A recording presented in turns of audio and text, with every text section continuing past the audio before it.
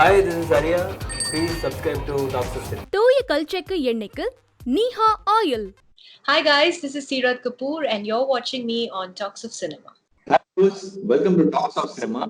இன்னைக்கு இந்த Skype interaction யார் கூட அப்படின்னு பாத்தீங்கன்னா ரீசெண்டா நெட்ஃபிளிக்ஸ்ல ரிலீஸ் ஆகி சூப்பரா ஓடிட்டு இருக்கிற ஒரு மூவி தான் வந்து பாத்தீங்கன்னா கிருஷ்ணா அண்ட் ஸ்லீலா. அதுல ருக்சர் அப்படிங்கிற ஒரு சூப்பரான கேரக்டர் பண்ணிட்டு இருக்கிற சீரத் கபூர் தான் நம்ம கூட இருப்பாங்க. ஸோ வணக்கம், how are you? Thank you, Vanakkam. I'm good. How are you? I'm doing good and thanks a lot for joining this interview. Not at all. It's my pleasure. Yeah, so you know Tamil, right, ma'am? I actually don't know Tamil, but I'm willing to learn and pick up something back from this video hopefully today. So one or two words in Tamil? If you can help me, I'll follow after you. Yeah, so you know basic namaste, vanakkam. Vanakkam, yes. Basic. So while we speaking, we will try to speak more in Tamil, ma'am. I will teach maybe one or two words. Yes, if you can teach, I'm a good learner. I'll pick up. Yeah. So how is your quarantine and lockdown going? Where are you now, ma'am, currently? Well, I'm at home, and the lockdown's been difficult and different, in so many ways to different people. For me, it's been more enlightening. I've been saying this, all across, because there's so much that I've got I've got time firstly to reflect on, how my journey has been, and not just professionally but even personally. And I've got the opportunity to spend, this lovely period with my family, and I consider myself very lucky because there's so many people out there who, haven't got the kind of atmosphere that I've been blessed in. So the lockdown has been enlightening, I would say. Finally, yeah. And many people don't have much to cheer about in this lockdown. But you have this digital release, and people are talking about your character, and the movie was a good hit in OTT platform. So how you feel about it? Well, I feel great. I mean, this wasn't intentional. We always expected this film, to be launched as regular as in the theaters, but COVID happened and we had to rearrange things. I think most importantly, I feel really happy for the fact that as an actor, you be a part of projects for the audiences and for your fans. And at this point, everyone has been writing in saying, that they're lacking content on, the OTT platforms, or they've kind of already seen everything that was already there. So having, keeping that in mind, I think it was a great time to release this film through the OTT and be able to actually reach so many people despite, the scenario around us. And for that reason, I'm really happy. And I feel somewhere, the audience has also kind of given us this gift in return for releasing it online by making it, the first digital blockbuster. So that little feeling that I think the team had of not being able to release it in the theaters kind of got even more cushioned, because they celebrated it so grand and gave it so much love, and it's still running active. Um, so I'm really happy and I'm very grateful to the audience, and I want to thank them for that. Yes, ma'am. Because there are few movies which got released in OTT platforms, but I guess this is a major hit. Everyone is saying that this is the first major hit in OTT platform. So Yeah. really happy and very congratulations to you, ma'am, and your team. Thank you so much. Yeah, and one thing I heard about is that Mr. Rana Dagubati mentioned that she had to do this Ruksa's character in this movie, and Rana pushed the director and writer to Yes. do this role in the movie. And how do you feel about it? I feel great because, I've known Rana for a very long time now. It's a small industry, we all go for events and we end up meeting, and then, if two people click, then they kind of stick around and stay together. And Rana is one such person, who happened to come into my life in that atmosphere. But it's actually really intelligent of Rana to be able to spot the off-screen similarities between Ruxar and me. And that's something I realized, I would say, after he picked up the call and he mentioned there was this role, and at that point I still didn't know too much about the character. And he called me and he said, would you like to fly down for a narration? And as I started hearing the script and the story and the way Ruxar was set out to be, that's when I realized why Rana made the call to me. And on a professional front, I've always been extremely happy, that I could be a part of a production which is so credible. Suresh Productions is always outdoing itself, and it's always trying to create content. They're also very welcoming towards upcoming talent, and they've proved that through their years of working in the industry. But to also have a personal connect in this sense was new, and it was refreshing for me. So it's really great. Finally, I think when the director met me, and he finalized that this was it. It was, I wouldn't say Rana insisted upon the director, but he surely spoke to me for sure, and he said, there's this character, and if you like the script, I think it would be great. And I'm not sure if Rana is someone who would interfere that much, but if he Yeah. feels that two people kind of, if it's falling in the same, plane for the right reasons, then he would surely be vocal about it. And in this scenario, it just worked. The director had developed similar feelings by the end of the couple of conversations that we shared. And that felt really, really great, because we take up roles and characters differently to our craft, but there's not too many times that you find similarities between the characters that you're playing. And for someone known to you to spot that and to then plan the film around that is truly a blessing. So I will always be eternally grateful to Rana, and I think he is the main reason why the film is where it is today. Yeah. And you gave auditions, right, ma'am, before getting this role? You gave auditions? To be honest, it wasn't an audition as such. It was. I think they wanted to understand, because at the time of the narration, the director wasn't available. He had an emergency to attend to, so it was actually Sidhu, the co-writer also of the film, who's also playing the hero, who happened to take the first meeting forward. And they wanted to just get a sense of me and how I would probably play the character. So it wasn't an audition, which is what Rana very cautiously and very kindly, before I walked into the meeting, it was really, really sweet of him to say, please don't look at it as an audition. We already know who you are, and the performance capabilities that you come with. But we just want to understand how close you fit with naturally with the character. And honestly, even without the conversation, even if Rana hadn't mentioned that to me, if an audition is required of me, I am more than happy to, because I feel, it's important that the director really understands you before you kind of come on board, rather than having, an otherwise experience. So I would have done it regardless, but it was just a reading. I kind of read through the scene, and, I kind of enacted it the way I felt, or I understood it, and it just clicked, and it's exactly how they wanted it. So it all kind of fell into place. Yes. And in this movie, you have only a little screen presence, right, ma'am? So when you signed this movie, you felt that bit, what you call, shaky, whether it will be able to connect with the audience, and I can get the applause from the audience within the limited screen presence. Well, honestly, when I heard the character, my mind wasn't thinking from the point of view of a screen presence. I kind of looked at her in the detailing aspect of it, because she's so full of nuances, and there's so much you can do with the character, that I was impacted by that, and hence I felt probably the audience would also. So I think because I connected with the character so much, the rest didn't really matter so much.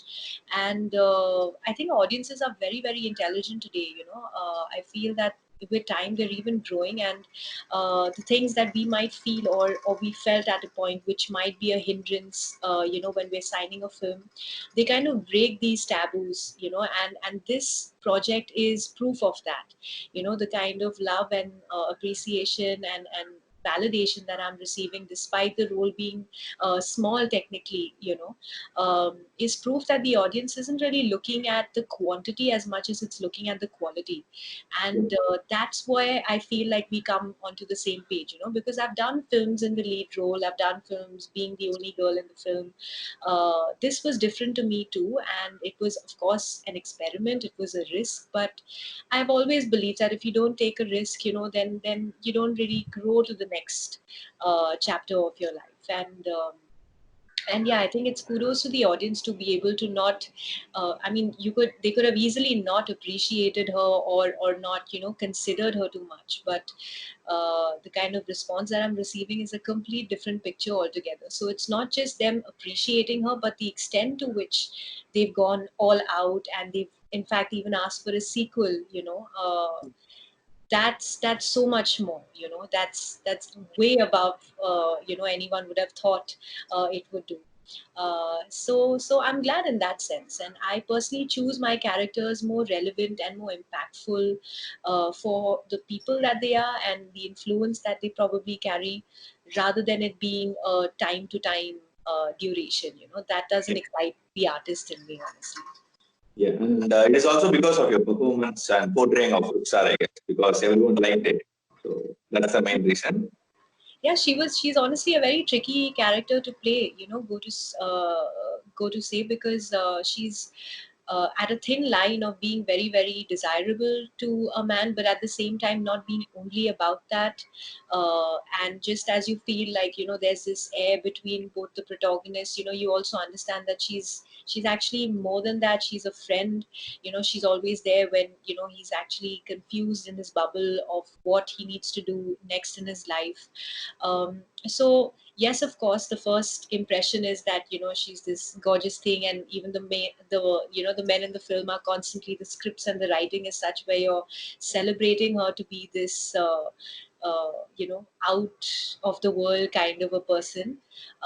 But then she connects with you on a human basis, and she lets you understand the value of freedom. In one sense, she's also not attached to heated emotions or negative or like intense emotions, but with the freedom, the way she's able to kind of hold that responsibly is, I think, is really, a beautiful quality to have. Because finally we all want our freedom, but finally, when you get the freedom and you're able to then make choices which are out of a sensible space, is when, you're looked at as a mature person. Yeah. And I feel that's what Ruksar is naturally. So it's yeah, she's a tricky character to play, but finally, I think when you understand her mindset and, her intention, then if that clicks on well, then I guess she's more relatable at the end of the day. Yeah. And your real life character is mostly similar to Ruksar Raman. What do you think Well, about that's it? what Ravi, the director, has been saying out very openly, and I would never take that credit away from him, because he spent so many months working on this film with me. Of course, I have an understanding of who I am, but it's different when you hear an outsider tell you that, I see this in you and I see that in you. So I don't think I can take that away. Like I said, I did, for starters, connect with the character on so many levels, which is why, it was an instant yes for me to play the role. But yeah, I think we do. We have a similar way to look at life. Our outlook is more or less, in the same wavelength. So yeah, she's an easy person, but at the same time, she's an inspiration in so many ways. She's a go-getter. She's independent. She values relationships around her, so even if she's not directly connected to the plot, she goes out of her way to let somebody know, an advice towards the relationship. And I think that is very selfless of her. Sometimes people only get involved when they are directly the Yeah. cause or effect of the problem, but that's not the case with her. She's just there for him to get his own clarity, and that selflessness is another quality that, I hope to get there. I try my best every day, but yeah, I do connect to her on a lot of levels. This movie is basically based upon a relationship, right? So, what's your take on relationships and love? So, how you look at these things, relationship? I think it's a beautiful feeling. Love is a beautiful feeling, and it can really help everyone and anyone grow. If it's with the right person. Relationships, are about two people. So I think what's important is that finally, when you come, you must understand that adjustments and compromises are not negative words. They're just little things that two people do along the way to understand that that person comes with a certain personality and you come with your own personality, and we don't have to be identical, but we need to figure a way to be happy and celebrate, let each other grow, and at the same time rub off the happiness that the two people feel. So I think if that understanding is met with, then it just turns out to be a very beautiful journey, which eventually helps both the people grow in not just their personal lives, but even otherwise. Think about love and think about what it does to people. You're smiling all the time, you're looking crazy, people are wondering what's happening with you. But it's so much positivity that is instilled in you, and it's just important to kind of over a period of time do your best and put in the efforts that are required. I've always said relationships are not about, they don't happen on their own. It's a choice you make every day, and you must be willing and have the attitude to kind of embrace it positively, regardless of the obstacles or the troubles that may come up along the way. Yeah. So, according to you, what is the complicated part in relationship, ma'am? So, when we starting a relationship, it is complicated, or when it is long lasting or close to I three think to five years? usually going by, what usually happens is that initially there isn't too much thinking. Initially, you just want to be with that person. So then, even if you get the signs of all you know, the things that might be, flaws initially to you. I wouldn't say flaws, actually, it would just be things that you might have to adjust to. They don't come to your eye level initially because you're just so mesmerized. So that whole period just becomes like the honeymoon period where two people are coming together and they're getting to know each other. But the excitement and the mystery really drives you to avoid everything else. Now there is a point in the relationship where you've now understood each other and you now know everything, and you kind of adjusted to each other's worlds. I think at that point is when you can tend to be a little lazy, can tend to be a little moody, of each other's feelings, and expect them to understand you 24/7. So I think expectations come in at that point, and that's when two people start getting into the whole quarrel and fighting and things like that. But I feel if you just remind yourself of the fact that you can have your expectations, but it's not difficult to communicate, right? If you Yeah. just communicate your feelings and simplify it, try and simplify it, not have your egos and your alter egos kind of take the heat of the moment ahead. And and sometimes it's okay to say sorry. It's okay to be the first one, even if you feel like you were right in that situation. Sometimes I feel it makes such a difference when you make the first initiate of apologizing if you feel that's all the person wants to know. So I'm one of those who kind of we'll figure out a way, one way Yeah. or the other. I'll make sure that the my partner finally comes around with a smile rather than stretching it and saying you and me and I and she. It's just, it doesn't help anybody.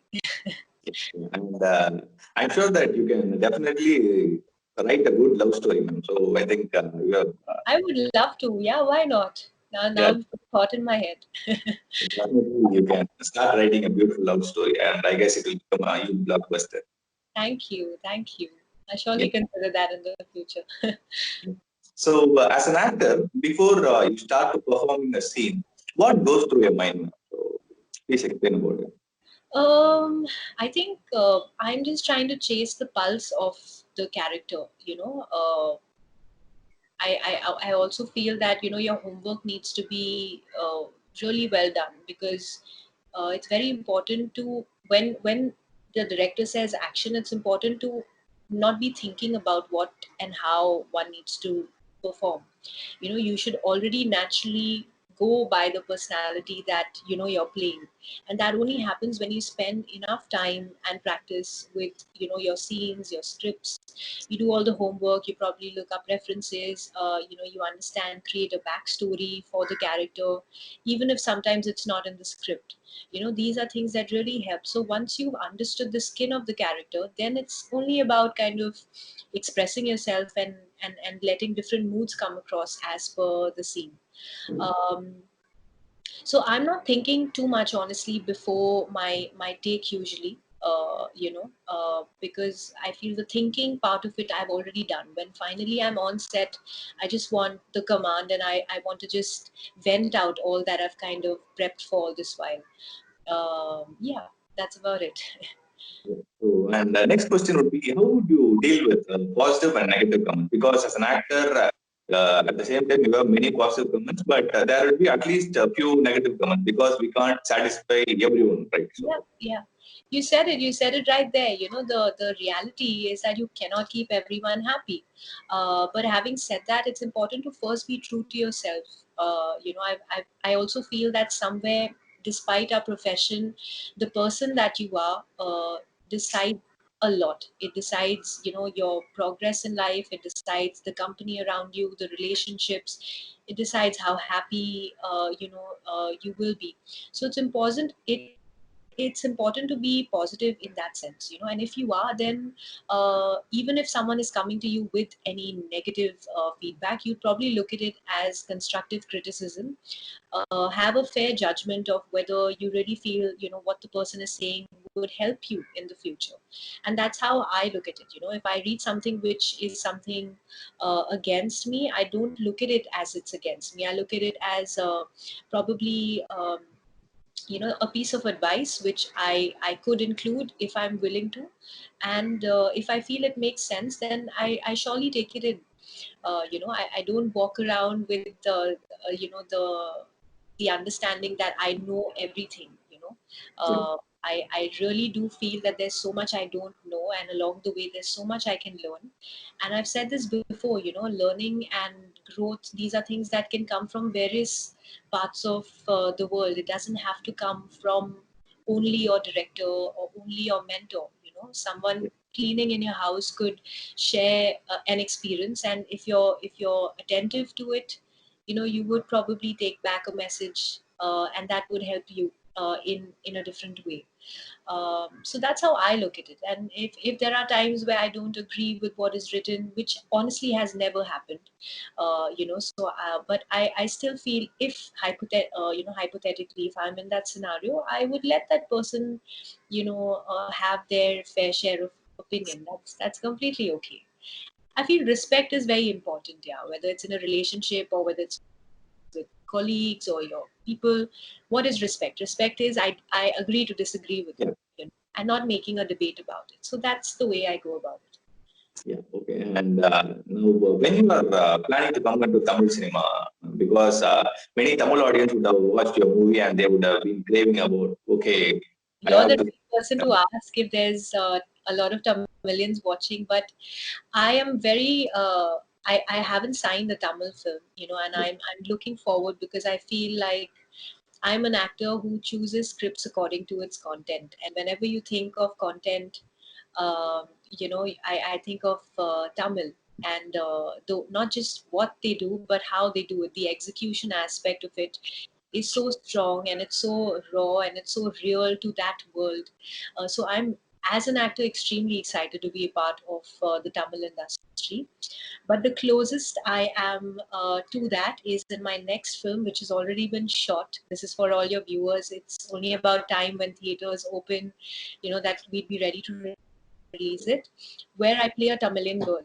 Um, So, yeah, so that's exciting. Maybe that's I feel like maybe life kind of leads us through different ways into different chapters. And the fact that I'm playing a Tamilian, you never know, I might have a Tamil script around me around the corner. But yeah, that's something to look forward to for sure. definitely. Yeah, people would be eagerly waiting for your next project, and as well as you to sign a direct Tamil film and act with a popular Tamil movie star. So Would we'll be love, waiting. I would love that.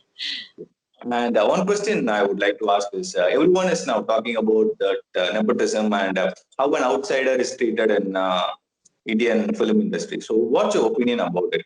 So, Well, I feel I don't know what the debate, whether there should be a debate about the fact that you're an outsider or an insider.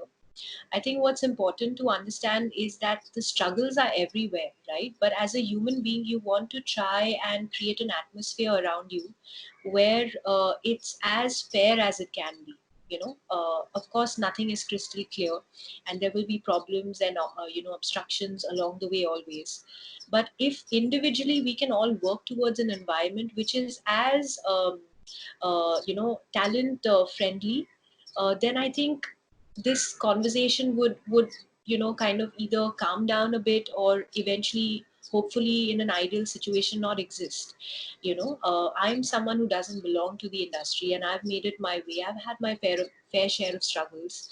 um, so I feel that finally, being an outsider, you've got to firstly have conviction in yourself, and you've got to understand that politics happens everywhere, and it's not about succumbing to it mentally or physically. It's about understanding this information. Like when I hear debates of insider and outsider and nepotism, I just feel like these are all pieces of information which I should acknowledge and must absorb, because surely if so many people are talking about it, they probably had such experiences, right? So we can't deny and diss them all, but use this as an opportunity to understand that this could be a possibility and it could happen to you as well. So you need to then strengthen yourselves accordingly.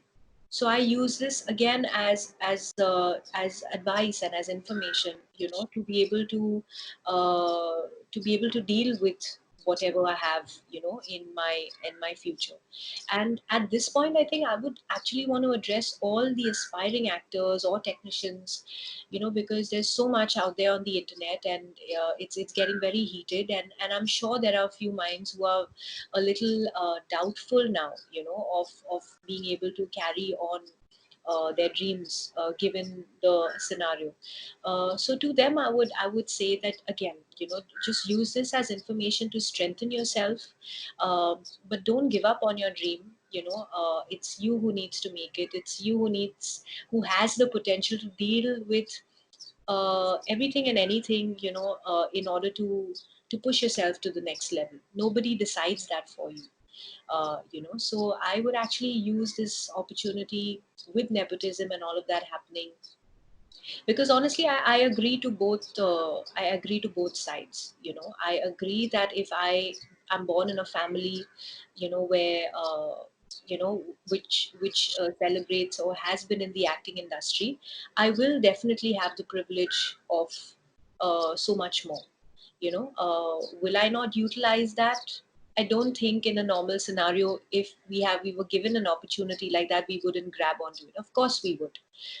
So I think the whole point shouldn't be about insider and outsider as much as it should be about cleansing the atmosphere as much as we can to allow new talent to come and grow, whatever their field might be. They could be an actor, director, technician. you know that's about it. yeah, very well said. No? It's like what you call a son taking up a father's family business. So it is also called. Exactly, it's that. But the conversation is, for an outsider, yes, things get difficult and stuff. But right now, the debate is so much more. I feel like having the people who have the privilege to be able to come in, with this background is not an issue. If an outsider trying to make their way is also allowed his or her share of growth. I think if we want a balance, it needs to be both ways. So nobody is here to decide that someone from a nepo background should not be coming, or an outsider should not be coming. I think everyone should be allowed. This industry is very giving in so many ways, and there's more than anything, the audiences that are watching us. think about it. They don't think in these lines. For them, if you connect to them with whatever craft you do, they want to watch you. And this medium is for them. It's a creative medium for your audiences, so we should not be so um, against each other wherever and whatever our backgrounds are. We should try and just kind of create an atmosphere where everyone is allowed.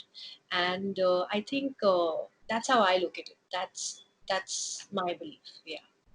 Yeah, so really very well said. And thank you, ma'am. Thanks a lot for your time. And it was nice talking to you. And we have discussed many nice topics and some jolly topics and also some serious ones. And you answered it in a very good manner, in a very perfect way. And wishing you all the very best for your future movies, and also looking forward to see you in more Tamil movies. Thank you so much. It was such a pleasure talking to you. Thank you. If you like this video, please feel free to share, like, and comment. Please subscribe to Talks of Cinema. தூய கல் செக்கு எண்ணெய்க்கு நீஹா oil.